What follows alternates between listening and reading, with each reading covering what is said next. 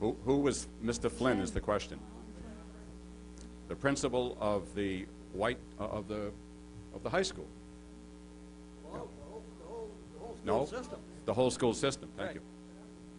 There's the man to ask. Kurt Garfield.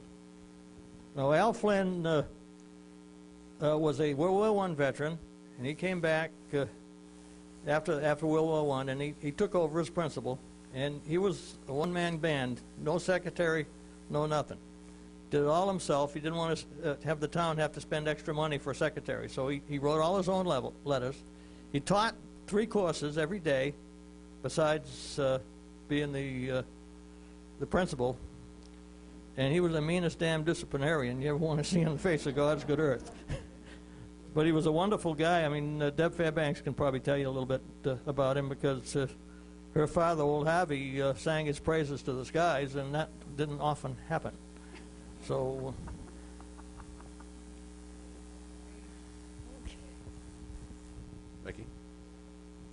Becky Fairbanks. No, I do remember Mr. Flynn, as we called him.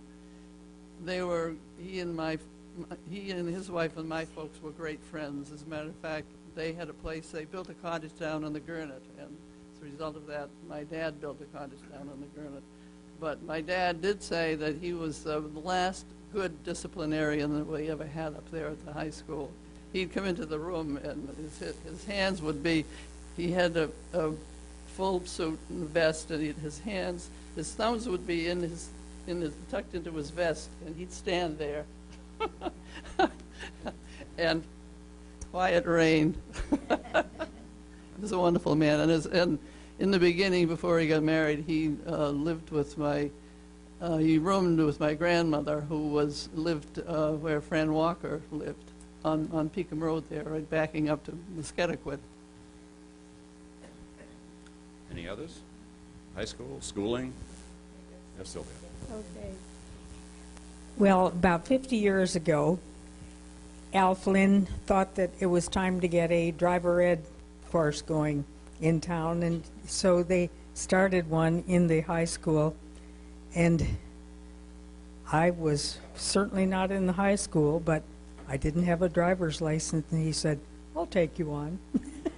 He did everything. Just as you said, Becky, he was into everything. So thanks to him, I've been driving ever since.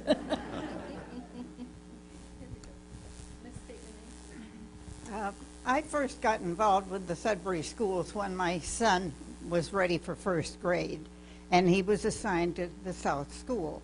It was the first time they had ever had 50 children in the first grade, and they were all in one room with one teacher. And they knew they had to split it up, but there wasn't another room available anyplace. So finally, I don't know how they shifted things around up in the White Building, but by Christmas time, they had a room available and another teacher, and they split the first grade up. And at that point, they started deciding that they had to build some schools. So from then on, until my daughter graduated from high school, I served on the school committee during all the building that went on. And I would just like to remind you of some of the makeshift things that we had to do in those years. There was a construction building down on Route 20 at the corner of Goodman Hill Road that the Boston Edison had used. We got a lease on that building, and we converted that into 4 elementary school rooms, 3 or 4. At one time, we had 2 rooms in the ground floor of the town hall with just a curtain separating the 2 grades. There was a year when Lincoln had a spare school. It was like our South School, and they said, "You may use that if you wish," so we sent 1 grade over to Lincoln that year. And by the time we had the regional high school under construction, we did a swap with Lincoln. We took their 8th graders over here, and they took our 7th graders over there, so that by the time they got into the high school, they would kind of know each other. But I really think that what we're going through with the school building process now is nothing compared to what we had back then. We finally got an architect to agree to design a school that we could put on 3 different sections of the town. We didn't build them all at once, but it was pretty simultaneous. Most of the architects had said, oh no, you have to design it to the contour of the land. But this man said, I can make one that you can put on any place. So we got the Nixon School, the Fairbank Road School, and the Woodside Road School, all on that program. Just state your name in there. Ellen Jane Seegers. Thank you. We got it? There you go. Yep. No, I just happen to remember a little story. I started out down at the South School, and Mrs. Johnson was our teacher. She was a tough old battle axe. Probably had a heart of gold, but she left you with the impression she'd always pull her hair up into a bun and just pull it back. And if she ever had any wrinkles, you couldn't have told anyway. I mean, but I remember sitting next to Eddie Marsh, and Eddie was one of the local ne'er-do-wells who was always managed to find some way to get in a jam. And Mrs. Johnson had a jackknife that she kept in the top drawer of her desk. And so when you screwed up big time, she'd give you the jackknife, and you had to go up behind the privy up on top of the hill behind Eaton's there and cut a switch. And then she took you out in the woodshed, and she laced you 4 or 5 times with a switch. Well, poor Eddie goes up there, and he comes back, and he's got a switch that's about as big around my thumb. And I whispered over there, I said, God, Eddie, why the hell did you cut such a big one? He says, because if it breaks, I'll have to go cut another one. Thank you. Thank you. Anyone else? In back you? Yes. Don Bishop. Yeah, I'm Don Bishop. I used to live on Goodman's Hill Road. I'll recite some rumors, and it's always better to do that out in public with people who might know better and can correct it. I think Al Flynn left Sudbury from the house that Rabbi Kushner then moved into, mid-60s maybe. I think he married one of the students in town, and that's sure to come back. Not so. That's a story I've heard. You better stop it quick. Helen Blackmer Road, Apple Orchards. Yeah. Becky has a thought Yeah, on that. yeah. And he had a gigantic crop of poison ivy in his backyard. That's great. I just wanted to mention that I was one born in 35, Dorothy Hawes Holmes, and went to the Little Red Schoolhouse. And when I went there, we had 16 pupils with one teacher in the first 4 grades. And every morning we went up to the chapel and had services up there for a little bit. And at the graduation, I recited the 10 verses of Mary Had a Little Lamb. And Henry Ford came to the graduation and signed all our that was quite an era. And every Friday afternoon we went to the Wayside Inn and had our dancing classes with Royal Haynes, Pop Haynes. And I learned the Varsovienne and the minuet and all those things that have stood me in good stead all these years. Thank you. Becky? Well, Becky and then David. Becky Fairbank. I have a correction to that. It wasn't Royal Haynes. It was Albert Haynes, and he was a relative of. He was a cousin of my father's, and he was a square dance caller. He was quite a character. Hollywood Haynes. He at one point in his life, I have pictures of him taking part in some Western movies out in Hollywood. So he was a character. That's great. How about you? Yeah. Hello? I don't know where to begin and stop, to tell you the truth. Well, I went to the Redstone School also, and she's absolutely right about that. The process of old-fashioned dancing was something that was near and dear to Henry Ford. He loved it. Not something like a barn dance or anything of that sort, but the real old stuff, you know, like mentioned the Varsovienne and the minuet and the Virginia reel, all that sort of thing.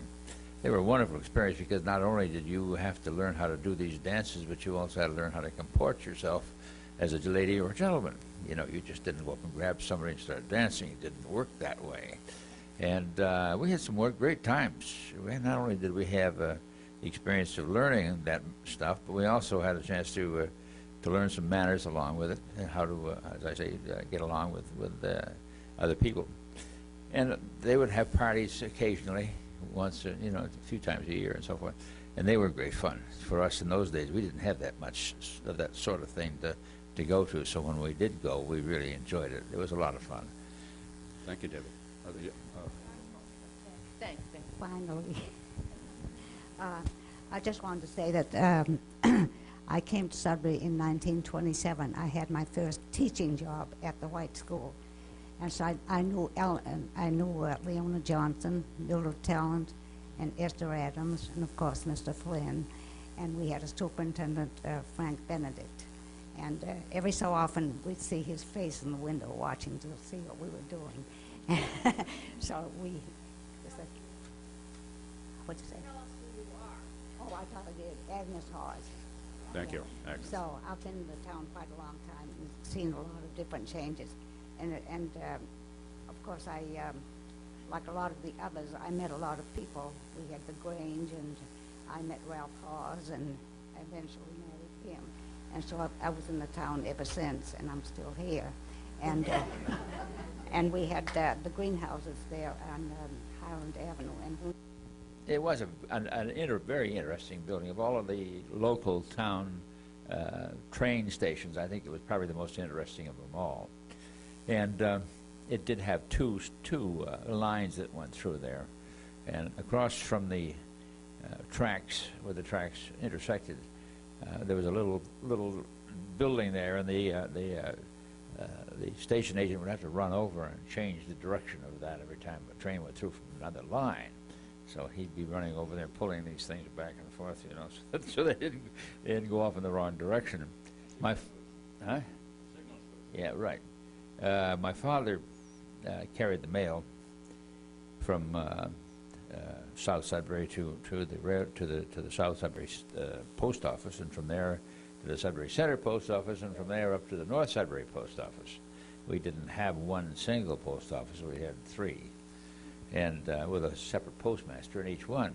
His job was to pick up the mail from the train, take it over there, let them sort it, and then take what mail was then sorted up to the other offices and deposit it there. That's how they got their mail. And then he'd have to pick it up and bring it back down again so that they could then dispatch it from the railroad station again. And I have an excellent picture of it, and I forgot to bring it. And it shows him with his little Woody station wagon out there, and he was waiting for the train to come, and I used to go down and help him once in a while. It was quite a bit of mail he carried that way, but that's how we got our mail service.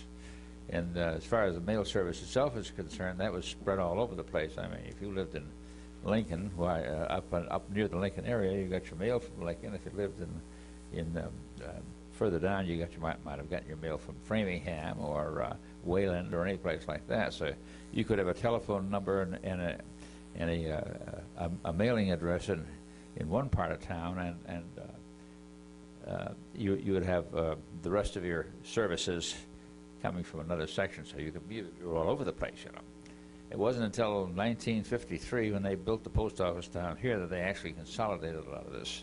And we had our own rural carriers and rural service, RFD and so forth. And but that was an interesting station. As it's been described by others, it had a big pot-bellied stove in the middle. It never ran. That's the only trouble. You'd go in there looking for a little warmth, and it just wasn't there. But people did come from all over town and catch the train there. It went to North Station. That was sort of a disadvantage because not everybody wanted to go to North Station. But you'd get on there at a certain time of the day and see a whole bunch of cars parked out there and a whole bunch of people huddled around on that long platform waiting for the train to come through, which it would do. And it served the town well in that capacity for quite a long time, and also as a mail capacity, and also sort of a center of activity as far as that sort of thing was concerned. Thank you, David. Anyone else that has thoughts of, yes, Barbara Debenau. Barbara Debenau.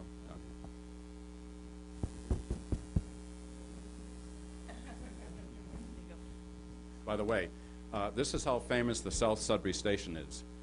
There is a plan that we could give you of the railroad station for, I think it's HO scale, done by a man from Amsterdam. It turns out this station is the only one of its kind that was torn down practically overnight. You didn't, the B&M Railroad didn't need permission back then. Yes, Barbara. I just hope I'm holding this in the right place. I just wanted to comment on the train situation. As we've said before, transportation back at that time was so much more great than it is today. I mean, we used to complain because there was no theater here and no movie theater here in Sudbury, but we had the bus that would take us up to Marlborough, or we can go to Waltham, or on into Boston. And we always had this, as we had mentioned earlier, every hour. As far as the train was concerned, people were very fortunate at that time that they could take the train into Boston. If they wanted to go to see a hockey game in the evening, they could just hop on the train, go into Boston, and when the game was over, take the train back home again, which was so great. I was able to make use of the train when I started at Sargent College, which at that time was in Cambridge. And I should say I can't quite understand why I ever went to Sargent College, which was phys ed, because after graduating, going through Sudbury High School, where there was no phys ed at all, I can always remember Al Flynn saying that, excuse me, if you want a tennis court, you're going to have to go out and build it yourself. Well, we never had a tennis court. They did have the ping pong table down in the basement, yes. But as I say, we could take the train into Boston to go to school, and then usually came home on the bus because of the way the schedule was. So. Thank you, Barbara. Yes, way in the back.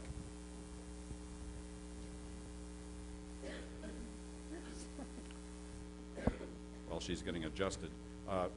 Yes. Lynn McLean. Yeah, Lynn McLean, chairman for almost 20 years at the Sudbury Historical Commission. I just want to tell the hall a little bit about the section house that has just been refinished on Route 20. I thought this was an opportune time to do it. There is only 2 left in Massachusetts. One in Ipswich was in very poor condition. The one we had here on Route 20 was hit by a police cruiser 4 years ago. And because the state police is a state agency as well as the MBTA, no insurance was collected, and it was left here to rot. Richard Kennard of Wayland came to the Hosmer House one day and said, it's time Sudbury did something about that section house.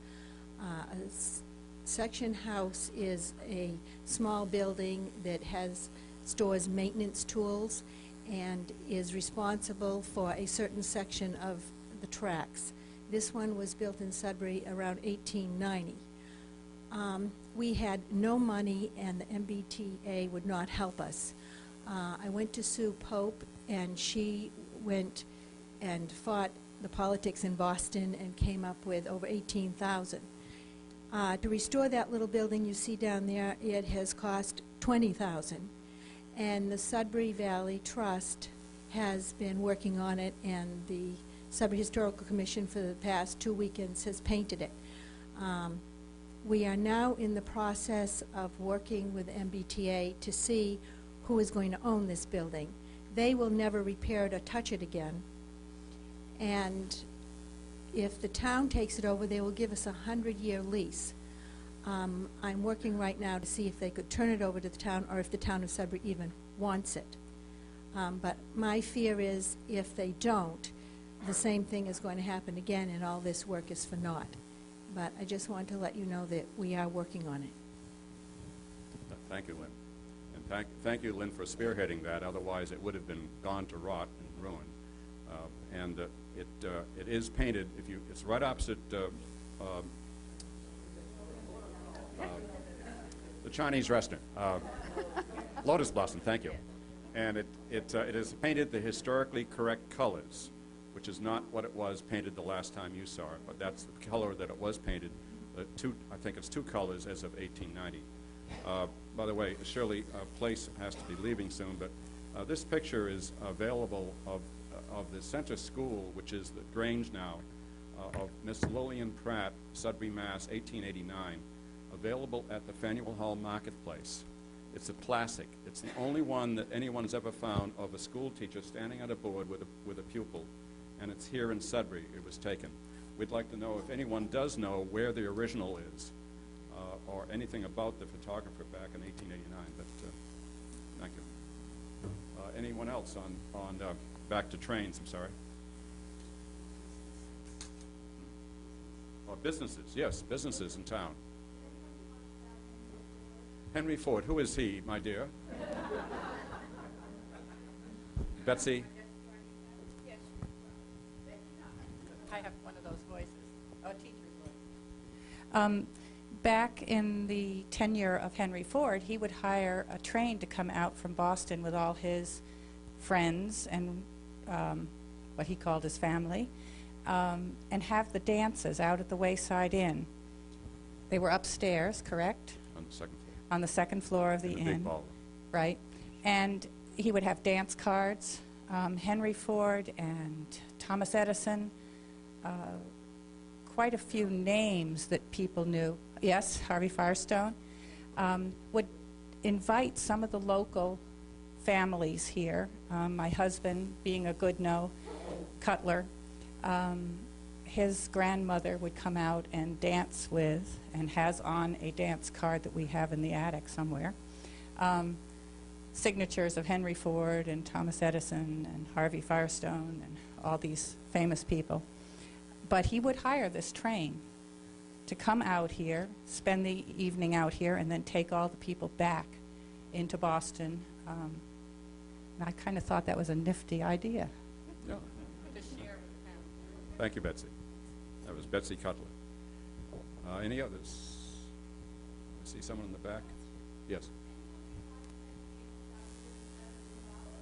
No, he owned in 1923, he bought the Wayside Inn and started with 90 acres there, and then expanded to almost 5,000 acres, which as of 1946, we could tell another story if it comes up, what happened in 1946. But yes, Becky. The part that is now the apartments, the long part, I guess over I don't know what's underneath it, but that burned, and so that used to be the old ballroom, and that's where they had the dances. And when I was in high school, they had dancing classes for old-fashioned dancing, and Hollywood Haynes was the teacher, and they'd send a bus or a station wagon out to girls in Sudbury and Framingham and Marlborough, and it was for Friday night. Probably squeaked. Springs. Oh, that's right. Yes, Automobile that's right. springs. He had put springs under it. To make it springier. So that was the new ballroom. That wasn't the old ballroom. That was the new ballroom. The old ballroom is still intact as it was in those days, and it was originally, I guess. But they used to. That was wonderful. They had some great times there. So that was in the old ballroom. What's that? Oh, didn't they have the springs in the new one? No. Well, okay. Let me explain. At the Wayside Inn, where the main dining room is, the large dining room, above that was the ballroom, which is now converted after the fire to 8 guest rooms. And they talk about a sprung floor, and the proof of that pudding was the story is how it got to have springs installed. But after the fire, the automobile springs that Henry Ford had installed were sticking out of the ashes like so many bones of a dinosaur. So it really was a sprung floor. The new ballroom, which was not replaced after the fire. Yes, Peggy. Peg Whittemore. We're still talking about businesses, I believe. Yes. I really don't feel like I'm an old-time Sudbury resident. However, I've been here 40 years, so I guess that qualifies me. But we moved here in 1960, and my kids always went to Forrest Bradshaw's store for jawbreakers. And I remember the store was a very charming place, and I enjoyed going there also. But another thing we did was we would go in back of Forrest Bradshaw's store, and there was a dam still there. It was all woods in back of where Mill Village is now all, tarmac. And on that dam, and in the pool there, we would fish for frogs and then take them home and operate on them. One of my sons wouldn't do it, the other one loved it, so. Thank you. Anyone else? How about the machine shop? Yes, Doctor. Ken Greenleaf from Moore Road, the old Bradley estate. That's 40, 50 years ago. I'm surprised you haven't all mentioned the whistles. These trains went over grade crossings. And every time they came to a grade crossing, woo woo! I could hear them at 96 Moore Road. Coming across the desert from between Marlborough and Sudbury, there's a great desert out there, a mile in diameter. The glaciers left us a little bit of sand pile out there. But my direct connection was that my kids were horseback riders, so we bridged the old horse days from the iron horse days to the present cars. And they used to go out through the backwoods in the desert with their horses and cross the tracks and try to miss the trains. And of course that left us a little bit weary, wondering whether they're ever going to come back. But they had a great time out in the desert crossing those railroad tracks. Thank you. Yes, Lynn. Near Route 20, Right. With a big W on it for that reason. Indi- Right by the section. indicate to the engineer to blow the whistle, right? Because there used to be a little box there for a poor man to stand in to stop, put the bar down to stop the traffic. We just want to make a comment that the Sudbury Historical Society does collect personal papers, family papers, business papers. We are trying to collect all papers in relation to agricultural, and especially, as you'll be hearing, about the greenhouse business.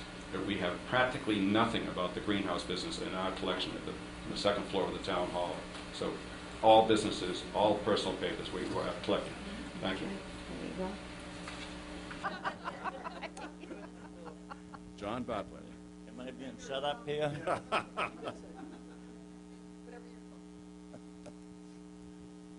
Well, I'm not really sure. Between Agnes Hawes and myself, I would assume we could name at least 30 places in town that had some commercial greenhouse activity.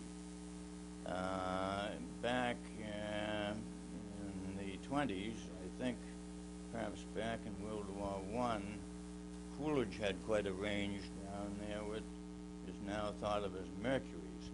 And I don't know how large the Coolidge range was on the south side of the railroad tracks. But as we go into the 30s and the Depression knocked out quite a few people, I think probably there were several acres of greenhouses in town. And that probably would have encompassed 15 commercial operations, some as small as 1,002 square feet. And I think after World War II, the largest one might have been around 2 acres. Sudbury was considered somewhat second to Woburn for the number of greenhouses in a given town. Woburn was a little heavier on roses, and Sudbury emerged eventually into the carnation industry. And of course Agnes grew up with that one pretty good after she came to town as a school teacher and got swept off her feet somehow. But today, the two dominant ranges, of course, are ours and Cavicchio, both of which are as large, if not larger than all combined in times past. I think Cavicchio is several acres and we're around 5. The carnation industry, of course, has leapfrogged from New England in the 40s to Colorado in the early 50s, to California in the late 50s, and since then has been very dominated by Colombia. So you can see in the industry it can shift and survive if people want to put the effort into it. But today, most people are being taught to get an education, not get their hands dirty, and there aren't too many next generation people that come along. I think Cavicchio and we have generations passing on, but it's a pretty tough business to take over a existing agricultural enterprise, and you'll see the same thing in the field agriculture. I think classic, though, of the number of greenhouses, for example, on the Stone property, at one time or another, I think there were 3 different Stone setups of greenhouses, many of which people have forgotten about long ago. I think the Stewart greenhouses were, Agnes may correct me, but I think that was Stone property way back. And of course the Stones, as the breakup of the families, as the generations multiplied, why they started breaking up farm more and more. Beyond that, I'm not sure what you want out of me. I was going to pop in there on the railroad business. That I could remember going north and south to Chelmsford more than once on the old colony, and I think probably it ought to be injected in here. I'm a little nervous about some of the stories I hear here today, because I'm not sure that my memory is the same as many of the others. But I was always told one of the more humorous tricks was that a town meeting years ago in the old town hall, where they had the horse and buggies and the carriage house there, etc. One night, a younger group of people decided to tease an old gentleman, and they took his horse and buggy and left the horse there, and ran the buggy down to the Hudson Road depot, where they knew there was a empty freight car waiting to be picked up, and they put the buggy on the car, and of course the town meeting was over, and by then the buggy was in Chelmsford or Lowell or someplace. But that's I wasn't there. I'm not that old, so I'm just passing it on as probably a false spun story. Thank you, John. Thank you, John. Agnes, do you have something to add? Mrs. Hawes? Do you have something to add about greenhouses?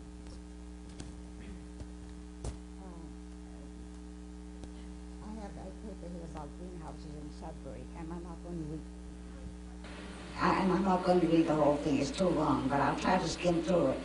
And it was done by Hope Baldwin, and she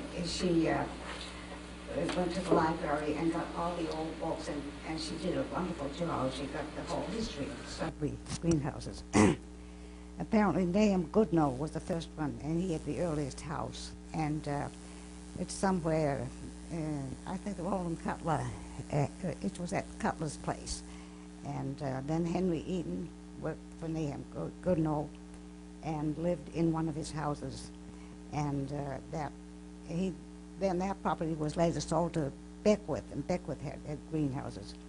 And then there was Hubbard Brown, and Fred Goodnow, and Al Stone, and Coolidge Farms, and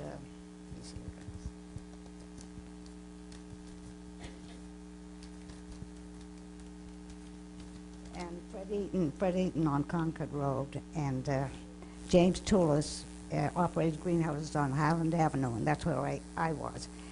I think this property was later sold to Homer Rogers, and Toulis bought them. Later they were sold to Ralph V. Hawes. I wonder who he was. Jim Toulis used to load the flower boxes onto a wheelbarrow and push them down to the station, a mile or more for shipment to Boston. Harlan Rogers also had several greenhouses on Highland Avenue.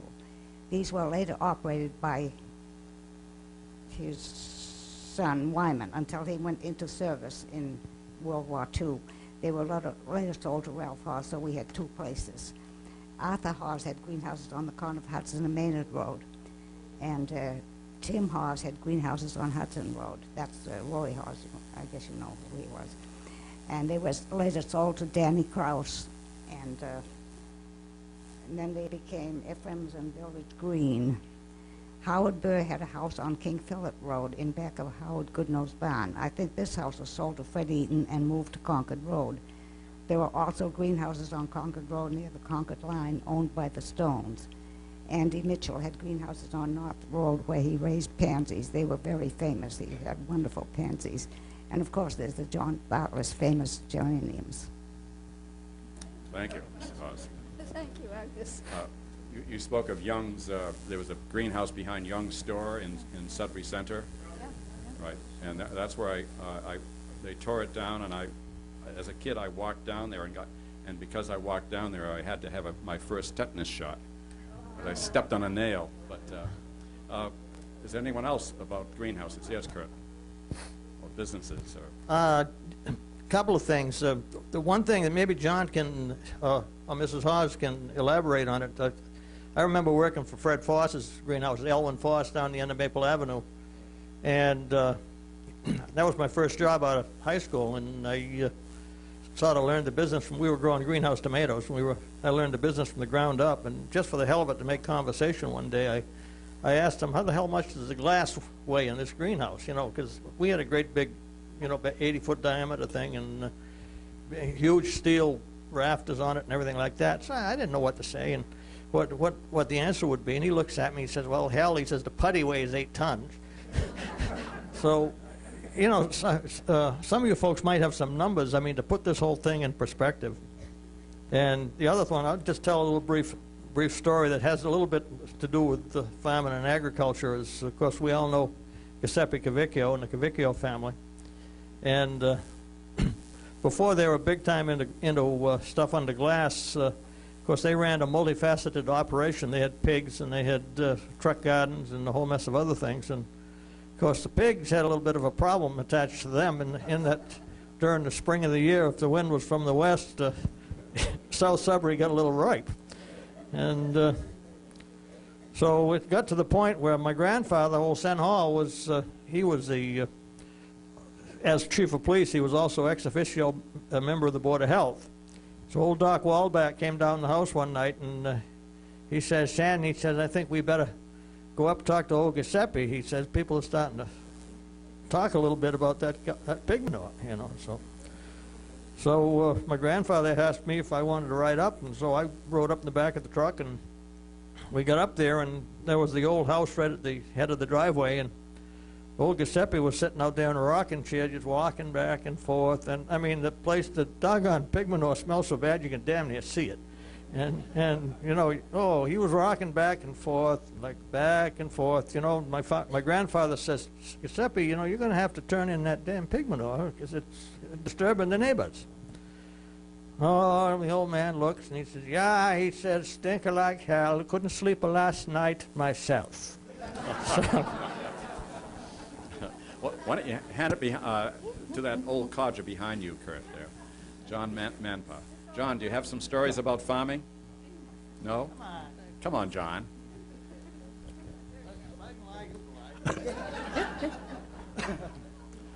I won't argue whether some or all of Kurt's stories are true or not, but I was born in Sudbury, and my name is John Manpa, by the way. I was born in Sudbury in 1930, and I've lived here ever since, and I'm very familiar with what these people have said so far about things that have happened in Sudbury.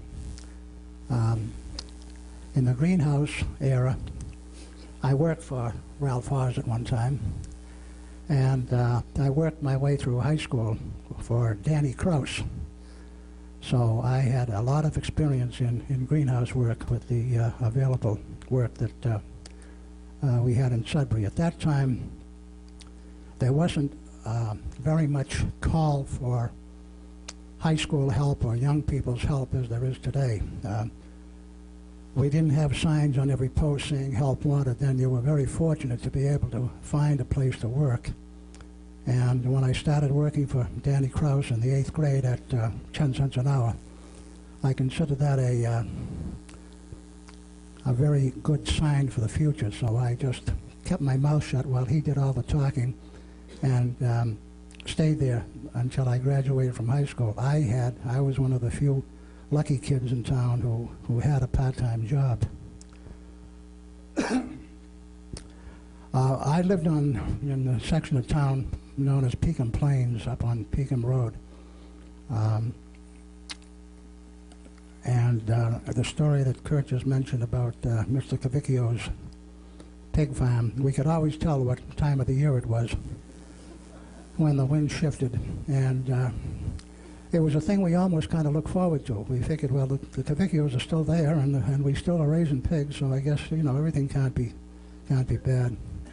But it was pretty potent.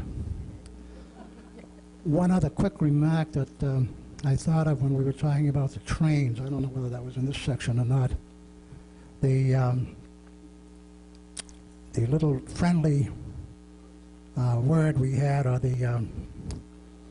what we used to call the train going through, was the Toonerville trolley. That's what it was known as, going through Sudbury. And it had a very familiar whistle. And when I was growing up on Pekin Road, there were very few kids that lived, and there were very few kids in town, period. But there were very few kids that lived in that area. And when we were out in the woods playing or whatever, we could always tell when the Toonerville trolley left South Sudbury and started tooting its whistle. It was then 3:15 or whatever it was, and it was time to head home. So it was a very familiar sound that we had to be able to curtail our activities for the day. Thank you, John. Any others? Yes. Thanks. Dory Holmes again. Just a couple things about the greenhouse business. When I was in, I think it was the Mass Historical Society meeting that we were in for the Grange, when we were working on the Grange building. And I happened to buy an old map. I think it was the 1888 census of Boston.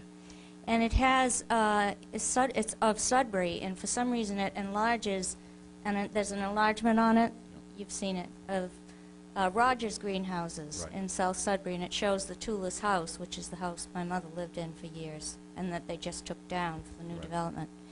And the other thing about the greenhouse, thinking about the many guys and women, too, that worked at our place at home that I saw growing up, the awful things that you guys had to do, I don't know how you did it. I mean, the temperature inside the greenhouses would be well over 100, sometimes up to 125, and they had to shovel the dirt in the middle of the summer out of the benches all the way across the greenhouse and out the window and into a truck and down into the field, and then, you know, the reverse process. And then they got a great invention, which was steaming the benches so they didn't have to move the dirt. And then the temperature had to be up close to 200 in the greenhouses, and they were still in there working on that. It was something to watch. Thank you. Yes, Barbara. Come on, don't.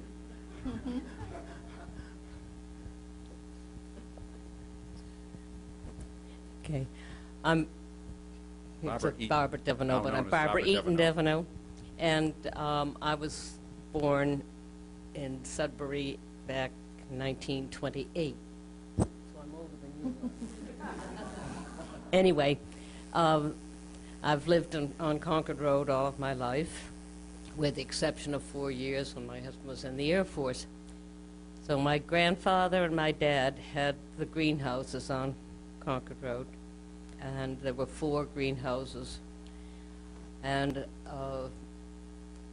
what you just heard about the work involved in the greenhouses at that time, this is what we had to do, taking all the dirt out and then putting the new dirt in. The plants would be planted down in the lower field, and we would have to go down to weed all these plants on our hands and knees. We used to have wonderful tans in the summertime. But it was hot work. It really was hot work. And then, of course, they'd have to put the new plants in, and they would have to be what we call strung up. They would put wires in, and they had to put strings between. And then when the plants had developed, they had to be disbudded. These were all carnations. I'm sorry, I should have mentioned that. They would have to be disbudded. You had to leave just the one main bud. And you would stand up on the sides of the benches to do this disbudding hour after hour. And I can remember many nights when I would go to bed at night, close my eyes, and all I could see was strings and moss. When I was very young, my dad used to have to spend most of the nights during the winter over at the greenhouses because he had coal furnaces which had to be fed and kept going, of course, to keep the greenhouses warm. And then, of course, came the advent of oil, and which made it much easier as far as my dad was concerned. But, of course, the price of oil was a big difference between that and the coal.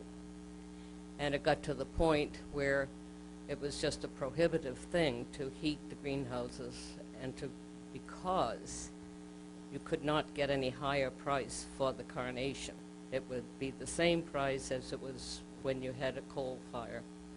So that's slowly but surely all of these greenhouses just had to go out of business. And that's how it all ended. Thank you, Barbara. Yes.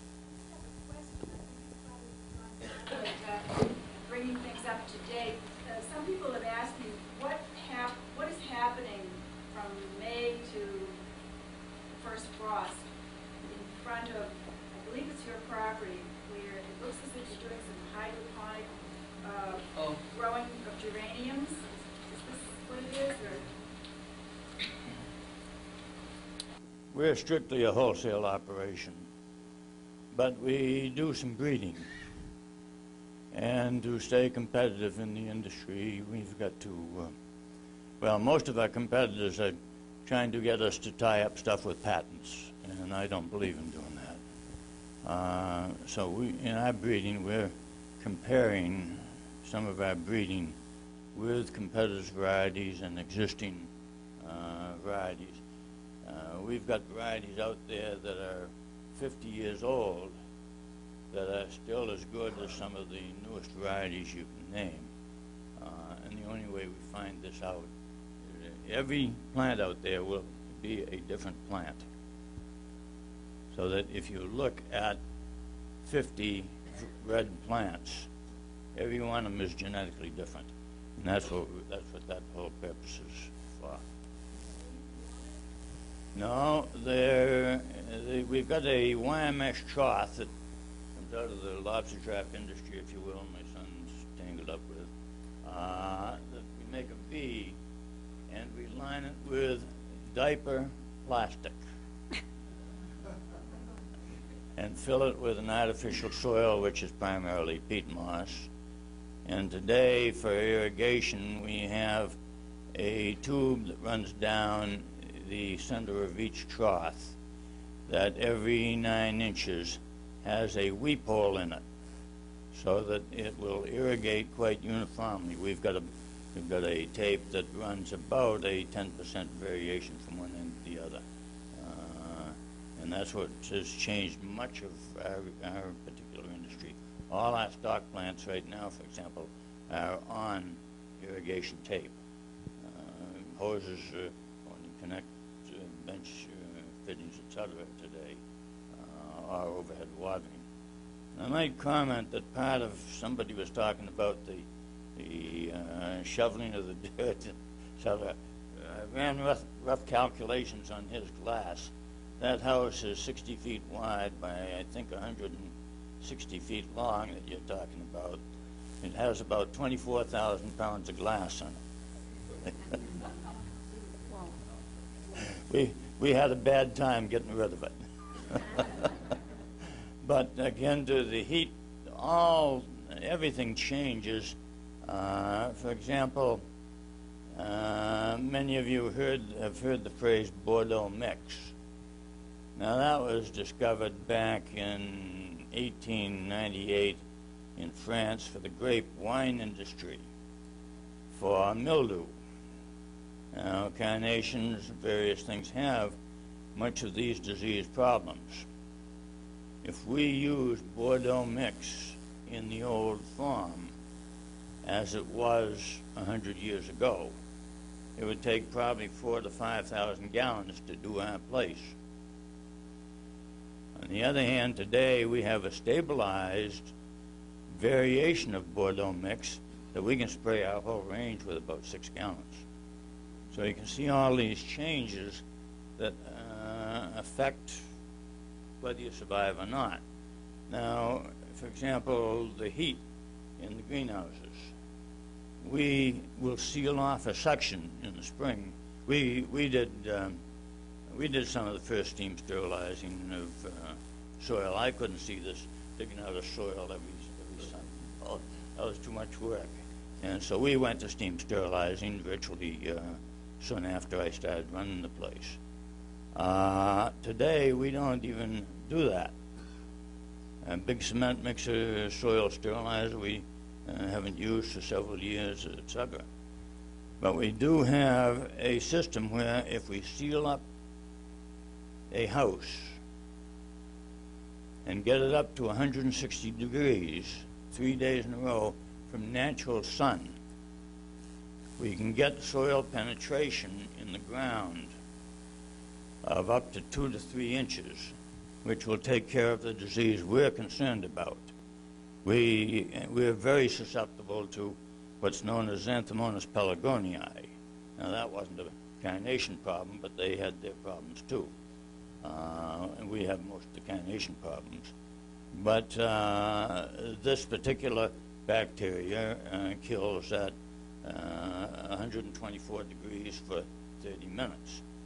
And if you get it up to 150 degrees, well, you can kill it in 10 minutes.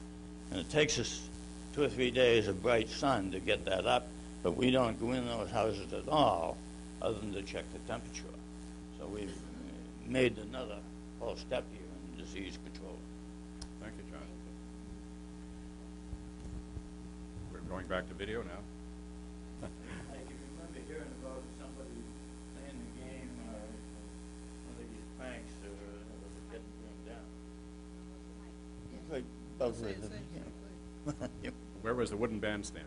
Well, it was right in the same place. In the same place where the concrete one is now? Yeah, roughly. Sure, it stood up there. You can, can't you? Well, I remember when the first town hall burned down, the old one, that is. That was a very exciting affair. They had a Model T fire engine, and everything froze up on it when they went to fight the fire. So they weren't too successful at it. They ended up with a new town hall, which became really the center of social activity in the town for a good many years. They had dances there. They had all kinds of affairs there, you know, the ladies' club and the men's club and all that would have their affairs there. And I played for 1 million dances there, and not only that, but went to 1 million. I think it was a great place, and everybody went. It was a family place. It wasn't just for old people or young people or anything else. If you were going to have a dance, why, everybody, the whole town went. The kids, the adults, everybody. And they had some great times there. And it really was a center of social activity, I would say, wouldn't you, John? Yeah. That's right. And more so. And it was a very successful building, I would say, because it achieved everything it was supposed to do and a little bit more. Of course, it reached the point now where it's outgrown that and all that sort of thing. And the Sudbury players went in there and kind of took it over. But it's been a great place to have, and we had some, as I say, the center of an awful lot of our social activity has been in that building for a good many years.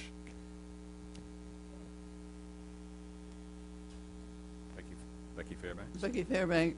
Graduations were also held there, and all of the school plays were held there.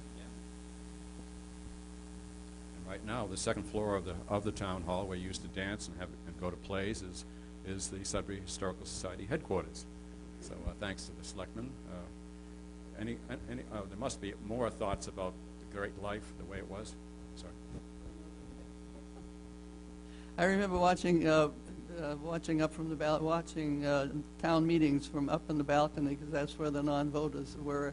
And recently, a few years back, I was walking up, and it looks like the same tiles that they had in there back in the 40s. So I don't think they've fixed it up very much up there.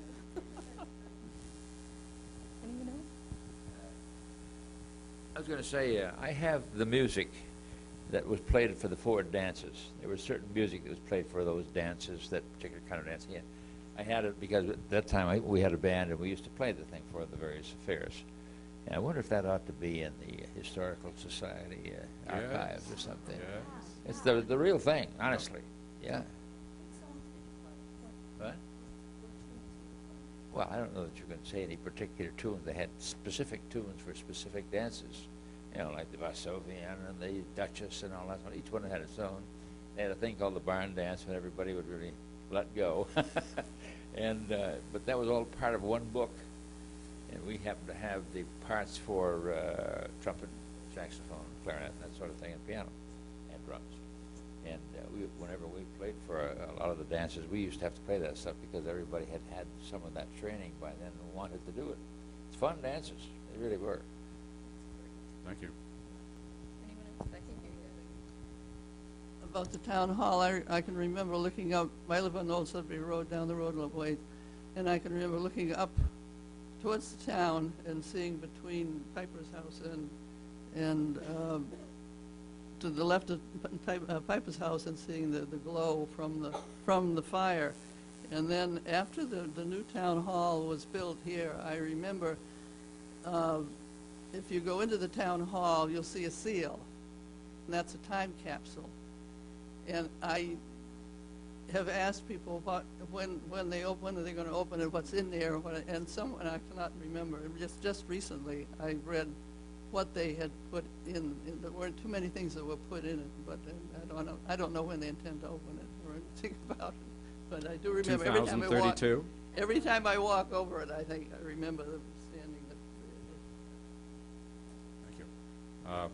Because obviously we can't have everyone give forth with their thoughts of how life was. And I've started a list up here. If you'd like to be interviewed in a professional way using latest techniques, hopefully by the schools will get re-involved in this. Please put your name, telephone number. But any other people, any other thoughts about Town Hall, 4th of July events? Yes, Peggy. I was waiting. I was really surprised. Nobody has brought up the Sudbury Players. Now, that's fairly recent. It's not an old-time event, but that was one of the things that I was involved in a lot in the 60s. And there were some incredible plays and lots of rather exciting rumors that went around about the Sudbury Players. Just rumors. Thank you. We are occupying the second floor there where the Sudbury Players used to perform, but we're not doing anything to it. So someday, when hopefully we will work out some of the problems in getting the funds from the Wood Davison Fund and the Harry Rice Fund that could be used to put handicap accessible elevator service to the second floor. Someday we'll outgrow that space. We'll leave it as a theater again, because our whole intent for the Historical Society is bring back life to the center of Sudbury, as Maria von Brinken conceived of. Yes? At a risk of being too verbose, which I'm apt to be, well, I have to mention the 4th of July Field Day. Some mention has been made of it, but that was a stellar event in the town of Sudbury. We had it every year, The Firemen's Association, not the fire department, but the association, was in charge of that. It ran it every year. They had a field day. They had all kinds of things going on out there, and the fireworks at night, so forth.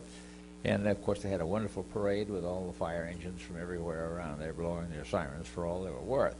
And it was a sort of a center for the thing. It was a sort of a focal point for which everything occurred. And I can remember many people saying from time to time from various ones of these field days that this is a thing we always come back to. It's sort of like an old home day. You come back here to see your old friends and so forth. And I hope this is just the start of many programs in the future that we can do using better material. We had some problems, as you see, back in 1996 recording that. But right now, before we go to Kurt Garfield to close this out, I want to ask, does anyone know of Joan Woodstone, who wrote this delightful little book called Love Letters to a Small American Town back in 74, 75? She used to come over here. Her family used to bring her over here on certain occasions when she was a young girl. And she always remembered the place with great fondness. That's what the whole story was all about, you know, a love story for a young girl. And that's what sort of prompted her to write this book. And she did that, and she sold it during that bicentennial period. She sold quite a few copies of it. So that's it. Thank you. Thank you. Yes, Kurt. If you're interested in the last 100 years, Kurt has the book available in hardcover, softcover. We'll sign it for you. We have numbered copies and reasonably priced. Kurt, can you close out with some parting thoughts about wherever you want? This is a high touch on that, if you'd like. It's funny, we get talking about the town hall and some of the things that went on there, and I remember one of the big deals always used to be from the fire department. Nat Whittemore, who was a TV photographer for Channel 4, he always went to all the fires and stuff like that, and he'd always come out here about once a month or so with all the outtakes, the stuff that was too gory to use, you know, the nice frosted up bodies and all that good stuff. All the firemen from all the surrounding towns would come over, and they'd sit there and they'd run through this TV tape, you know. And this one particular night, we were all up there, and I'd heard about it, so I was sitting in the back row watching, and they got about halfway through the show, and the fire alarm goes off. So this was before Al St. Germain. Ethan Davison was the chief. So everybody piles out and goes running downstairs and jumps on the back of the two fire trucks, and off they go. And poor old Ethan didn't make it to the fire. I mean, there was no room on the truck. But you know, they got it out all right. I think somebody had a large dog or something. But I don't know. Nobody's mentioned Clyde Barber, and I know a lot of the old folks remember Clyde, and. Of course, he got made famous by Mrs. Fletcher, Grace Nyes Fletcher, as one of the most unforgettable characters she'd ever met, which he certainly was. Clyde was an enterprising guy. He lived up on Horse Swan Road, and he decided he was going to start a trash collection business. You know, 50 cents a week, and only the rich people in South Sudbury need apply. So he had this 36 Ford with high sides on it, and he had his modus operandi was a little bit different from most people. I think Johnny would be kind of admirers of him, I should say. That's a bad curmudgeon word, I know. But anyway, I remember one time that he used to deliver. What he used to do was he used to take all the stuff home with him. Instead of taking it to the dump, he'd take it home and sort it all out, you know. And then the stuff he figured he could keep, he'd keep, you know, and then he'd take the rest to the dump. And I remember Mrs. Wynn, you lived on the corner of Poconoket Avenue and Wilbert Avenue there, where she put this, she had this big brass cauldron. I guess a young Eddie had decided he was going to paint, and he painted it with black paint, and the thing looked like the devil. So she finally got sick of looking at it, and so she pitched it in the trash. Of course, along comes Clyde, and he picks it up and says, "That looks like it's pretty good." So he takes it home, he shines it all up, and about 3 weeks later he goes back with to collect his trash pay, and he said, Mrs. Wynn, you know, I was at an antique sale the other day, and I saw this beautiful cauldron, you know, it looked almost like the one that you threw away a while back, and I was just wondering if you wanted a replacement for it. And so Mrs. Wynn said, well, geez, that's very thoughtful of you, Clyde. Well, what do you want for it? And Clyde says $50. Of course, this is 1955, but $50 is a nice piece of change. And so he gave it right back to her and set it all up, it looked nice, and she happened to look at him, Clyde, you didn't get this at the dump, did you?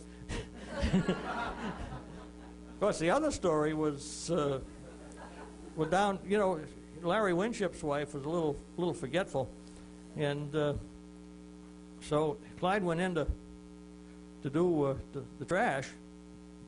You know, he used to come right into the kitchen. I mean, you didn't have to put it up by the road. I mean, he'd come right in the kitchen and get it. And so he'd gone in, and here was these $500 bills sitting on the counter. So Clyde took them and hid them in a coffee can about 3 shelves up. And then Mrs. Winship came back, and she'd forgotten she'd left this money around, and she looked and she saw her trash cans were empty, so she figured Clyde had been there. So she gets on the phone to Clyde, and he gave her hell. He just said, listen, you dumb bunny, you know, I put it in the doggone sugar can up in the third shelf up from the top, he said, so don't go losing it again. And, you know, that was the kind of guy he was. But one thing that I'd sort of like to mention, and I mentioned it briefly, I think, when we had the kickoff for the book, was that a lot of us here in this room remember when things were a lot different in Sudbury. I think a lot of us remember that before 1956, if you were a Catholic, you couldn't worship in Sudbury.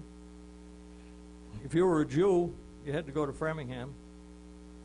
You know, if you were an Italian or something like that, you know, they just didn't want to have anything to do with you. And that changed on the night of November 24th, 1963, when we had a memorial service at the town hall for John F. Kennedy. And people just poured into that hall uninvited. Nobody, it was all word of mouth. There was every sect that you can think of, every religion, all sat down together because we had a common enemy. And we had a common thing to grieve. And it was I date it from that time on, that date on, all of a sudden Sudbury started to come together. We fight like hell, and we probably will always fight like hell. But when the time comes when there's a common foe, whether it be, you know, the Middle East or World War II, World War I, you know, the Boer War, whatever, then we all pull together. And, you know, I salute the town for it, and I think that really was what helped me do this history. And if you haven't bought a copy yet, take a look at it. I think you'll like it. Or ask somebody that's read it. But anybody got any questions? And I'll get off the ice. Guess that's it. Thank you, Fred. There's refreshments in the back. Please enjoy.